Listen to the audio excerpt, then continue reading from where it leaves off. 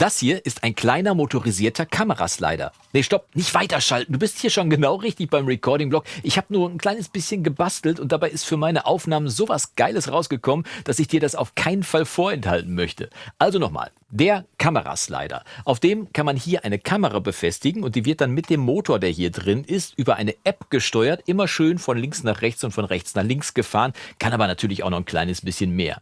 Was das hier für ein Gerät ist, was es mich gekostet hat und vor allem, wie ich damit demnächst noch besser aufnehmen kann, das verrate ich dir in diesem Video. Und wenn du jetzt auch neugierig geworden sein solltest, dann bist du hier genau richtig. Ich bin Jonas vom Recording Blog und los geht's!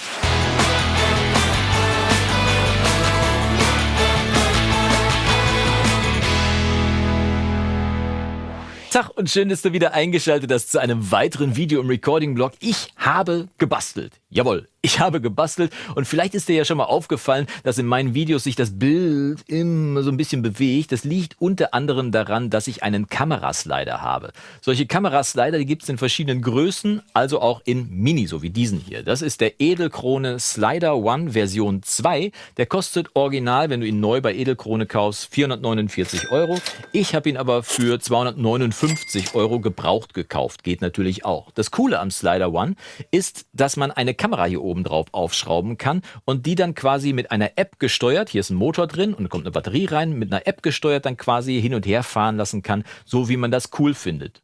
Man muss aber keine Kamera draufschrauben. Man kann auch, tada, ein Mikrofon draufschrauben, hier mit so einem Mikrofonhalter. Das Gewinde ist nämlich rein zufällig hier genau das gleiche. Und jetzt wirst du auch direkt schnell verstehen, warum das Teil so cool ist. Denn hier unten drunter ist auch noch ein Gewinde, das passt exakt auf ein Mikrofonstativ.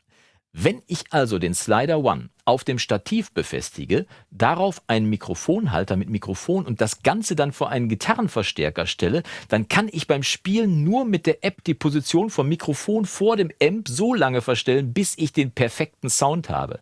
Und als wenn das nicht schon genug wäre, könnte ich das Ganze sogar noch steigern, denn auf den Slider One hier passt übrigens auch von Edelkrone dieser Head One. Der kostet regulär 349 Euro. Ich schreibe immer drauf, 349 Euro. Manchmal ist er bei eBay aber auch schon für 150 zu bekommen.